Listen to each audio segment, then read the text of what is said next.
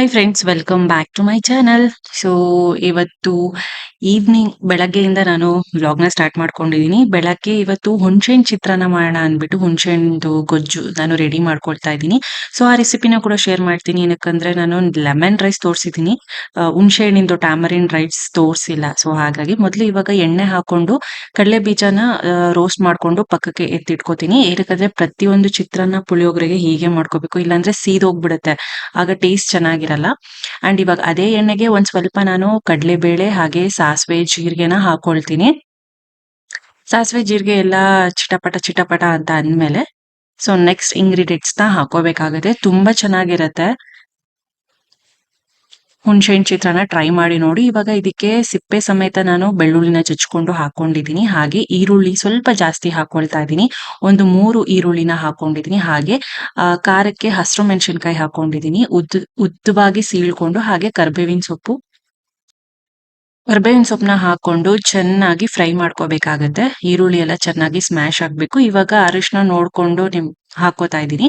ಅರಿಶಿನ ಹಾಕೊಂಡು ಚೆನ್ನಾಗಿ ಫ್ರೈ ಮಾಡ್ಕೋತೀನಿ. ಸೊ ಮೊದಲೇ ಇದಕ್ಕೆ ನೀವು ಹುಣಸೆಹಣ್ಣು ಚೆನ್ನಾಗಿ ನೆನೆಸಿಡ್ಬೇಕಾಗುತ್ತೆ. ಬೇಗ ನೆನೆಸಿಡ್ಬೇಕು ಅಂದ್ರೆ ಹಾಟ್ ವಾಟರ್ ಅಲ್ಲಿ ನೆನೆಸಿಟ್ರೆ ಬೇಗನೆ ನೆಂದೋಗುತ್ತೆ. ಈಗ ನಾವು ಮರ್ತೋಯ್ತಪ್ಪ ನೆನೆಸಿಡೋದಕ್ಕೆ ಅನ್ನೋವಾಗ ಬಿಸಿ ನೀರಲ್ಲಿ ನೆನೆಸಿಟ್ರೆ ಬೇಗನೆ ನೆನೆಯುತ್ತೆ. ಹಾಗೆ ರುಚಿಗೆ ತಕ್ಕಷ್ಟು ನಾನು ಉಪ್ಪನ್ನ ಹಾಕೊಂಡೆ. ಉಪ್ಪು ಹಾಕೊಂಡ್ರೆ ಬೇಗನೆ ಈರುಳ್ಳಿ ಎಲ್ಲ ಬೆಂದೋಗ್ಬಿಡತ್ತೆ. ಈಗ ನಾನು ನೆನೆಸಿಟ್ಟಿದ್ದೆ ಆಗ್ಲೇನೆ ಹುಣಸೆಹಣ್ಣಿನ ರಸ ಎಷ್ಟು ಬೇಕೋ ಅಷ್ಟು ನೋಡ್ಕೊಂಡು ಹಾಕೊಳ್ಳಿ. ಪೂರ್ತಿ ಹಾಕೋಬೇಡಿ, ಇಲ್ಲ ಹುಳಿ ಹುಳಿ ಇದ್ರೆ ಚೆನ್ನಾಗೇ ಇರಲ್ಲ. ಇನ್ನ ಲೋ ಫ್ಲೇಮ್ ಅಲ್ಲಿ ಕಲಿಸ್ತಾನೆ ಇರ್ಬೇಕು. ಎಲ್ಲಿವರೆಗೂ ಕಲಿಸ್ಬೇಕು ಅಂದ್ರೆ ಎಣ್ಣೆ ಎಲ್ಲ ಸಪರೇಟ್ ಆಗತ್ತೆ, ಆಗ್ಲೇ ನಿಮ್ಗೆ ಕಾಣಿಸುತ್ತೆ ಆ ಗೊಜ್ಜಿಗೂ ಎಣ್ಣೆ ಎಲ್ಲ ಸಪರೇಟ್ ಆಗತ್ತೆ. ಅಲ್ಲಿವರೆಗೂ ಚೆನ್ನಾಗಿ ಲೋ ಫ್ಲೇಮ್ ಅಲ್ಲೇ ಮಿಕ್ಸ್ ಮಾಡ್ಕೊಂಡು ಕೊತ್ತಂಬರಿ ಸೊಪ್ಪು ಮತ್ತೆ ರೋಸ್ಟ್ ಮಾಡ್ಕೊಂಡಿರೋಂಥದ್ದು ಕಡಲೆ ಬೀಜನ ಹಾಕೊಂಡು ಮಿಕ್ಸ್ ಮಾಡ್ಕೋತೀನಿ. ಇನ್ನು ನೀವು ಅನ್ನಕ್ಕೆ ನೋಡ್ಕೊಂಡು ಗೊಜ್ಜನ್ನ ಹಾಕೋಬಹುದು ಸ್ವಲ್ಪ ಸ್ವಲ್ಪನೇ. ಇನ್ನು ತಿಂಡಿ ಎಲ್ಲ ಪ್ರಿಪೇರ್ ಮಾಡ್ದೆ. ಇನ್ನ ಒಂದು ಸ್ಯಾಡ್ ಮೂಮೆಂಟ್ ಏನಂದ್ರೆ, ಸೊ ನಿಮಗ್ ಗೊತ್ತೇ ಇರುತ್ತೆ, ಫ್ರೈಡೆ ಸೊ ಡಿಸೆಂಬರ್ 26th ರಜಾ ಕೊಟ್ಟಿದ್ರು ಅಂತ ಎಲ್ಲರಿಗೂ ಗೊತ್ತೇ ಇರುತ್ತೆ. ಏನಕ್ಕಂದ್ರೆ ಫಾರ್ಮರ್ ಮನಮೋಹನ್ ಸಿಂಗ್ ಅವರು ಡೆತ್ ಆದ್ರು ಅಂತ. ಸೊ ಅದೇನೋ ನ್ಯೂಸ್ ಎಲ್ಲ 11 o'clockಗೆ ಬಂತು ರಾತ್ರಿ, ಬಟ್ ನೆಕ್ಸ್ಟ್ ಡೇ ರಜಾ ಕೊಟ್ರು. ಇನ್ನ ಸ್ಕೂಲ್ ಎಲ್ಲ ಡಿಕ್ಲೇರ್ ಮಾಡೋವರೆಗೂ ಏನು ಮಾಡಕ್ಕಾಗಲ್ಲ. ಸ್ಕೂಲ್ ಡಿಕ್ಲೇರ್ ಆದ್ಮೇಲೆ ಅದು ಹಾಲಿಡೇ ಅಂತ ಆಗೋದು. ಸೊ ಇನ್ನೇನ್ 8 o'clock ಅಲ್ಲಿ ಡಿಕ್ಲೇರ್ ಮಾಡಿದ್ರು ಸ್ಕೂಲ್ ಎಲ್ಲ ಹಾಲಿಡೇ ಅಂತ. ಇನ್ನ ಪ್ರಫುಲ್ಗೆ ಹೇಗೂ ಸ್ಕೂಲ್ ಇಲ್ಲ, ಲಶಿಕಾ ಕೂಡ ರಜಾ ಹಾಕಿದ್ಲು. ಅಂದ್ರೆ ರಜಾ ಇರೋದ್ರಿಂದ ಇನ್ನ ರಜಾ ಕೊಟ್ರಲ್ಲ, ಹಂಗಾಗಿ ಮನೇಲೇ ಇದ್ಲು. ಅವಳೇನ್ ರೆಡಿ ಮಾಡಕ್ ಹೋಗ್ಲಿಲ್ಲ. ನಾನೇ ಆರಾಮಾಗಿ ತಿಂಡಿ ಮಾಡ್ಕೊಂಡು ಸ್ವಲ್ಪ ಲೇಟ್ ಆಗಿ ಹೋಗ್ತಾ ಇದ್ದೆ. ಇನ್ನು ನಾನು ಅಲ್ಲಿ ಚಿತ್ರಾನ್ನ ಕಲಿಸ್ತಾ ಇದ್ರೆ ಲಶಿಕಾ ಬಂದು ನೋಡಿ ಹಿಂಗೆಲ್ಲ ಕ್ಯಾಮ್ರಾ ಮುಂದೆ ಆಡ್ತಾಳೆ. ನೀವೇ ನೋಡಿ ಅವಳ ಚೇಷ್ಟೆಗಳು. ಈಗೇನ್ ಗೊತ್ತಾ, ಲಸಿಕಂಗ್ ಎಲ್ಲೇ ಸಾಂಗ್ ಕೇಳಿಸ್ಲಿ, ದೇವ್ರ ಹಾಡ್ ಕೇಳಿಸ್ಲಿ, ಫಿಲಂ ಸಾಂಗ್ ಕೇಳಿಸ್ಲಿ, ಡ್ಯಾನ್ಸ್ ಮಾಡ್ಬಿಡ್ಬೇಕು. ಡ್ಯಾನ್ಸ್ ಮಾಡಿದ್ರೇನೆ ಅವಳಿಗೆ ಸಮಾಧಾನ. ಹಂಗೆ ಫುಲ್ಲು ಡ್ಯಾನ್ಸರ್ ಆಗ್ಬಿಟ್ಟಿದಾಳೆ. ಇನ್ನು ಇಲ್ಲಿ ಚಿತ್ರಾನ್ನ ಕ್ಲೀನ್ ಆಗಿ ಕಲ್ಸಿದ್ರೆ ಈ ತರ ಇರತ್ತೆ ಗೊಜ್ಜು. ಸಕ್ಕದಾಗಿರುತ್ತೆ ಟೇಸ್ಟು, ಹುಳಿ ಹುಳಿಯಾಗಿ ಚೆನ್ನಾಗಿರುತ್ತೆ. ಟ್ರೈ ಮಾಡಿ ನೋಡಿ. ಯಾವಾಗ್ಲೂ ನಾವು ನಿಂಬೆಹಣ್ಣು, ಎಳ್ಳಿಕಾಯಿ ಚಿತ್ರಾನ್ನ ಮಾಡ್ತಾ ಇರ್ತೀವಿ. ಹುಣಸೆ ಹಣ್ಣು ಗೊಜ್ಜು ಈ ತರ ಇಟ್ಕೊಂಡು 1 ವಾರ ಕೂಡ ಇಟ್ಕೊಂಡು ತಿನ್ಬೋದು ಆರಾಮಾಗಿ ಫ್ರಿಡ್ಜ್ ಅಲ್ಲಿ. ಗೊಜ್ಜಿದ್ರೆ ಈ ತರದ್ ಏನಾದ್ರು ಎಲ್ಲಾದ್ರೂ ಹೋಗ್ ಬಂದಾಗ ಪಟ್ ಅಂತ ಮಾಡ್ಕೊಂಡು ರೈಸ್ ಮಾಡ್ಕೊಂಡು ಬಿಸಿ ಬಿಸಿ ರೈಸ್ಗೆ ಹಾಕೊಂಡು ಕಲ್ಸ್ಕೊಂಡು ತಿನ್ಬೋದು. ಇನ್ನು ನಾನು ಕೂಡ ಆಫೀಸಿಂದ ಬಂದ್ಮೇಲೆ ಬಂದೆ, ಅಮ್ಮ ಪೂಜೆ ಮಾಡ್ತಾ ಇದ್ರು. ಅವತ್ತು ಶುಕ್ರವಾರ ಬೇರೆ ಆಗಿತ್ತಲ್ಲ, ನಮ್ದು ಕಲ್ಶದ್ ವಾರ ಇಡೋದು ದಿನ. ಹಂಗಾಗಿ ಅಮ್ಮ ಸಂಜೆನೆ ಕಲಶ ಎಲ್ಲ ಇಟ್ಟು ಪೂಜೆ ಮಾಡ್ತಾ ಇದ್ರು. ಅದೊಂದು ಚಿಕ್ಕ ಕ್ಲಿಪ್ಪಿಂಗ್ ತಗೊಂಡಿದೀನಿ. ಸೊ ಇನ್ನ ಬೆಳಗ್ಗೆ ಆಗ್ಲಿಲ್ಲ ವಾರ ಮಾಡೋದಿಕ್ಕೆ ಅಂದ್ಬಿಟ್ಟು ಅಮ್ಮ ಸಂಜೆನೆ ಮಾಡ್ತಿದ್ದಾರೆ. ಇನ್ನು ಇಲ್ಲಿ ತಂಗಿ ಸ್ನಾಕ್ಸ್ ಏನೋ ಸ್ವಲ್ಪ ಇದು ಮೊಳಕೆ ಎಲ್ಲ ಕಟ್ಟಿದ್ರಲ್ಲ, ಅದನ್ನೆಲ್ಲ ಬೇಯಿಸಿ ಅಂದ್ರೆ ಸ್ಟೀಮ್ ಮಾಡ್ಬಿಟ್ಟು ಅದಕ್ಕೊಂದ್ ಸ್ವಲ್ಪ ಈರುಳ್ಳಿ, ಟೊಮ್ಯಾಟೊ ಇದನ್ನೆಲ್ಲಾನು ಹಾಕ್ಬಿಟ್ಟು ರೆಡಿ ಮಾಡ್ತಾ ಇದ್ಲು ತಿನ್ನೋದಿಕ್ಕೆ ಸ್ನಾಕ್ಸ್ ತರ. ಒಂಚೂರಿತ್ತು. ಹಾಗೆ ಇದು ಸ್ಟೀಲ್ ಚಾಪಿಂಗ್ ಬೋರ್ಡು.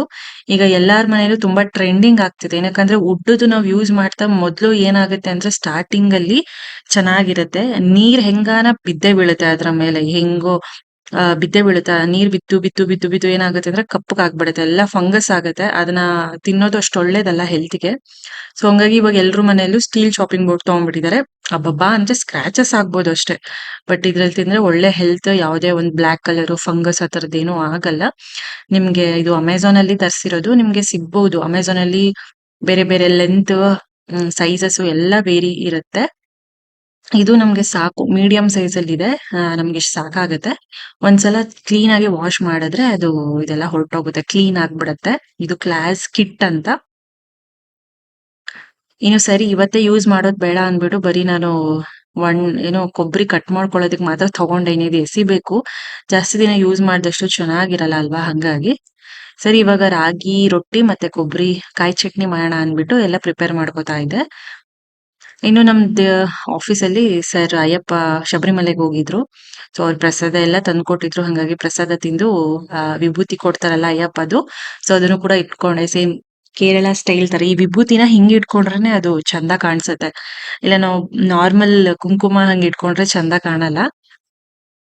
ಸೊ ಇಲ್ಲಿ ನಾನು ಕಾಯಿ ಚಟ್ನಿಗೆ ಒಂದ್ ಸ್ವಲ್ಪ ನಾನು ಕಾಯಿನ ಕಟ್ ಮಾಡ್ಕೊಂಡು ವಾಶ್ ಮಾಡ್ಬಿಟ್ಟು ಕಟ್ ಮಾಡಿ ಒಂದ್ ಸ್ವಲ್ಪ ಹೊತ್ತು ಡ್ರೈ ರೋಸ್ಟ್ ಮಾಡ್ಕೋತೀನಿ ಕಾಯಿನ, ಒಂದು 3 ನಿಮಿಷದವರೆಗೂ ಅಷ್ಟೇ. ಆಮೇಲೆ ಒಂಚೂರು ಹುರ್ಗಡ್ಲೆ ಆಮೇಲೆ ಒಂಚೂರು ಕಡಲೆ ಬೀಜನ ರೋಸ್ಟ್ ಮಾಡ್ಕೊಂಡು ಹಾಗೆ ಹಾಕ್ತೀನಿ ಸಿಪ್ಪೆ ಸಮೇತ. ಇದಕ್ಕೆ ಹುಣಸೆ ಹಣ್ಣು, ಕೊತ್ತಂಬರಿ ಮತ್ತೆ ಹಸಿರು ಮೆಣಸಿನಕಾಯಿ, ಒಣಮೆಣಸಿನಕಾಯಿ, ಕರಿಬೇವಿನ ಸೊಪ್ಪು, ಜೀರಿಗೆ ಇಷ್ಟು ಹಾಕೋ ಎಣ್ಣೆಲಿ ಹಾಕಿ ರೋಸ್ಟ್ ಮಾಡ್ಬಿಟ್ಟು ಉಪ್ಪು ಹಾಕ್ಬಿಟ್ಟು ಮಿಕ್ಸಿ ಮಾಡ್ಬಿಡ್ತೀನಿ. ಸಕ್ಕತ್ತಾಗಿರುತ್ತೆ ಟೇಸ್ಟ್. ಇನ್ನ ಇದಕ್ಕೆ ಕಾಯಿ ಚಟ್ನಿಗೆ ಒಂದ್ ಸ್ವಲ್ಪ ಎಣ್ಣೆ ಮತ್ತೆ ಜೀರಿಗೆ, ಸಾಸಿವೆ, ಹಿಂಗ್ ಹಾಕಿದೀನಿ. ಒಗ್ಗರಣೆ ಕೊಟ್ರೆ ಚೆನ್ನಾಗಿರತ್ತೆ ತುಂಬಾ ಅಂತ. ಇನ್ನ ಕಾಯಿ ಚಟ್ನಿ ರಾಗಿ ರೊಟ್ಟಿಗೆ ಚೆನ್ನಾಗಿರುತ್ತೆ. ಕಾಯಿ ಸ್ವಲ್ಪ ಮನೇಲಿ ಜಾಸ್ತಿ ಇತ್ತು, ದೇವಸ್ಥಾನಕ್ ಹೋಗಿ ವಾರದ್ ಮಾಡಿರೋದೆಲ್ಲ ಹಂಗೆ ತುಂಬಾ ಜಾಸ್ತಿ ಇತ್ತು. ಸರಿ ಅದನ್ನೇ ಮಾಡೋಣ, ಖಾಲಿ ಆಗುತ್ತೆ. ಇನ್ನೇನಂದ್ರೆ ಹಂಗೆ ಬಿಟ್ರೆ ಇದೆಲ್ಲ ಕೊಳ್ತೋಗ್ಬಿಡುತ್ತೆ, ಯೂಸ್ ಆಗಲ್ಲ ಅಂದ್ಬಿಟ್ಟು ಸರಿ ಕಾಯಿ ಚಟ್ನಿ ಮಾಡೋಣ ಅಂದ್ಬಿಟ್ಟು ರಾಗಿ ರೊಟ್ಟಿಗೆ ಇದನ್ನೇ ಮಾಡ್ತಾ ಇದೀನಿ. ಸೊ ಒಗ್ಗರಣೆ ಕೂಡ ಹಾಕಿ ಮಿಕ್ಸ್ ಮಾಡ್ಕೊಂಡಿದ್ದಾಯ್ತು. ಈಗ ಕೊನೆಗೆ ನಾನು ಒಂದ್ ಸ್ವಲ್ಪ ಕರಿಬೇವಿನ ಸೊಪ್ಪು ಹಾಗೆ ಹಾಕೋತೀನಿ, ನೋಡೋದಿಕ್ಕೂ ಚೆನ್ನಾಗಿರುತ್ತೆ ಅಲ್ವಾ, ಹಂಗಾಗಿ. ಇಲ್ಲಿ ಕಾಯಿ ಚಟ್ನಿ ಕೂಡ ರೆಡಿ ಆಯ್ತು. ಅಂಡ್ ರಾಗಿ ಹಿಟ್ಟು ಅಕ್ಕಿ ಹಿಟ್ಟಿಂದ ರೊಟ್ಟಿ ಮಾಡೋದು ಸುಮಾರು ಸಲ ತೋರ್ಸಿದೀನಿ, ಏನೇನ್ ಇಂಗ್ರೀಡಿಯೆಂಟ್ಸ್ ಹಾಕೋತೀನಿ ಅಂತ. ಅದನ್ನೇ ನೀವ್ ಬೇಕಿದ್ರೆ ವೇರಿ ಮಾಡ್ಕೋಬಹುದು, ಆ ಸೊಪ್ಪು ಈ ಸೊಪ್ಪು ಹಾಕೋಬಹುದು. ಸೊ ಕ್ರಿಸ್ಪಿಯಾಗಿ ಒಂದ್ ಸ್ವಲ್ಪ ರಾಗಿ ರೊಟ್ಟಿ ತೆಳ್ಳುವಾಗಿ ತಟ್ಟಿದ್ರೆ ತುಂಬಾ ಚೆನ್ನಾಗಿ ಕ್ರಿಸ್ಪಿಯಾಗಿ ಬರುತ್ತೆ, ತಿನ್ನಕ್ಕೂ ಚೆನ್ನಾಗಿರುತ್ತೆ. ಕೆಲವರು ಎರಡೆರಡು ಪ್ಯಾನ್ ಯೂಸ್ ಮಾಡ್ಕೊಂಡು ರಾಗಿ ರೊಟ್ಟಿ, ಅಕ್ಕಿ ರೊಟ್ಟಿ ತರ ತಡ್ತಾರೆ. ಸೊ ಬಟ್ಟೆ ಮೇಲೆ ಟ್ರೈ ಮಾಡಿ ನೋಡಿ, ಎರಡೆರಡು ಪ್ಯಾನ್ ಅವಶ್ಯಕತೆ ಬೇಕಾಗೇ ಇರಲ್ಲ, ತುಂಬಾ ಕ್ಲೀನ್ ಆಗಿ ಬರುತ್ತೆ. ರಾಗಿ ಹಿಟ್ಟನ್ನ ನಾವ್ ಹೆಂಗ್ ಕಲಿಸ್ಕೊತೀವಿ ಅದ್ರ ಮೇಲೆ ಇಂಪಾರ್ಟೆಂಟ್. ಜಾಸ್ತಿ ಗಟ್ಟಿ ಅಲ್ಲ, ಜಾಸ್ತಿ ನೀರಾಗೂ ಕಲಿಸ್ಕೋಬಾರ್ದು, ಗಟ್ಟಿ ಸೈಜ್ ಅಲ್ಲಿ ಇರ್ಬೇಕು. ನೀರ್ ಹಾಕೊಂಡು ಒಂದ್ ಚೂರೆ ತಡ್ಕೊಂಡು ಹೋದ್ರೆ ಒಂದು ಕಾಟನ್ ಬಟ್ಟೆನೆ ತಗೋಬೇಕು, ತುಂಬಾ ಚೆನ್ನಾಗಿ ಬರುತ್ತೆ. ಇನ್ನು ಮಾಮೂಲಿ ಪ್ಯಾನ್ಗೆ ಎಣ್ಣೆ ಹಾಕ್ಬಿಟ್ಟು ರೊಟ್ಟಿನ ಈಗ ಅದೇ ಬಟ್ಟೆ ಸಮೇತ ಈ ತರ ಉಲ್ಟಾ ಹಾಕ್ಬಿಟ್ಟು ಒಂಚೂರು ಪ್ರೆಸ್ ಮಾಡಿದ್ರೆ ಸಾಕು, ಕ್ಲೀನ್ ಆಗಿ ಪ್ಯಾನ್ ಮೇಲೆ ಕುತ್ಕೊಳ್ಳುತ್ತೆ. ರೊಟ್ಟಿ ಮತ್ತೆ ಬಟ್ಟೆಗೆ ಅಂಟ್ಕೊಳ್ಳೋದು ಆ ತರದ್ ಏನ್ ಆಗಲ್ಲ. ನೋಡಿ ಎಷ್ಟು ಕ್ಲೀನ್ ಆಗಿ ಬಂತು. ಸೊ ಮಾಡ್ತಾ ಮಾಡ್ತಾ ಮಾಡ್ತಾ ನಿಮ್ಗೂ ಪರ್ಫೆಕ್ಷನ್ ಸಿಗತ್ತೆ. ಸ್ಟಾರ್ಟಿಂಗ್ ಅಲ್ಲೇ ಯಾವ್ದು ಒಂದ್ ಕೆಲ್ಸ ಕೂಡ ಪರ್ಫೆಕ್ಟ್ ಆಗಿ ಆಗಲ್ಲ. ಸೊ ಮಾಡ್ತಾ ಮಾಡ್ತಾ ಪರ್ಫೆಕ್ಷನ್ ಅಲ್ಲಿ ಸಿಗತ್ತೆ, ಅವಾಗ ನಿಮ್ಗೂ ಒಂದ್ ಅಭ್ಯಾಸ ಆಗತ್ತೆ. ಸೊ ಈಸಿಯಾಗೂ ಕೂಡ ಆಗುತ್ತೆ. ಎರಡೆರಡು ಪ್ಯಾನ್ ಇಟ್ಕೊಂಡು ಅದನ್ನ ಬಿಸಿ ಮಾಡ್ಕೋಬೇಕು, ಆ ಮತ್ತೆ ತಣ್ಣಗ್ ಮಾಡ್ಕೋಬೇಕು, ಇದೆಲ್ಲ ರಾಮಾಯಣ. ಸೊ ಬಟ್ಟೆ ಮೇಲೆ ಈ ತರ ಮಾಡಿದ್ರೆ ತುಂಬಾ ಚೆನ್ನಾಗಿ ಇರುತ್ತೆ. ಒಂದ್ಸತಿ ಟ್ರೈ ಮಾಡಿ ನೋಡಿ, ಟ್ರೈ ಮಾಡ್ತಾ ಮಾಡ್ತಾ ಎಲ್ಲಾನು ನಿಮ್ಗೆ ಬರುತ್ತೆ.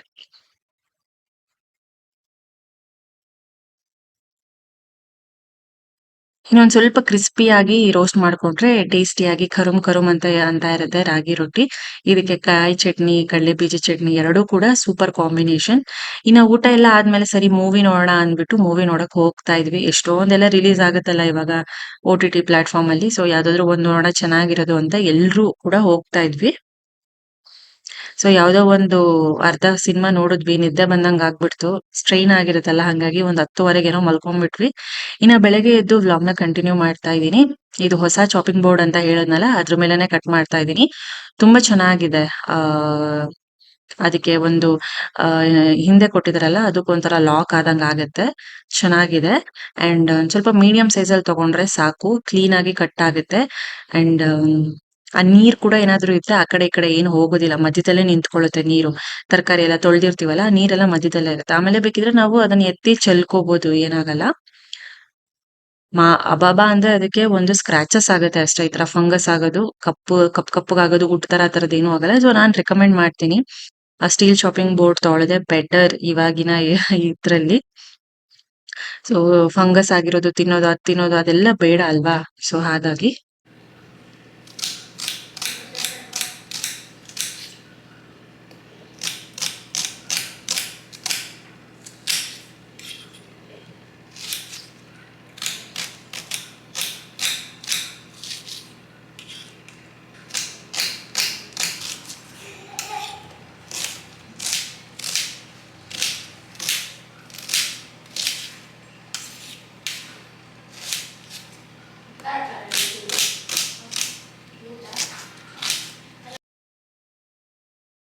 ಇನ್ನು ಚಪಾತಿ ಹಿಟ್ಟು ಕಲಿಸ್ಬೇಕಿತ್ತು ಬೆಳಗ್ಗೆ ತಿಂಡಿಗೆ. ಸೊ ಬೆಳಗ್ಗೆ ತಿಂಡಿಗೆ ಇವತ್ತು ನನ್ನ ಫೇವ್ರೇಟ್ ಅಂತ ಹೇಳ್ಬೋದು ಚಪಾತಿ ಮತ್ತೆ ಹುಸ್ಲಿ.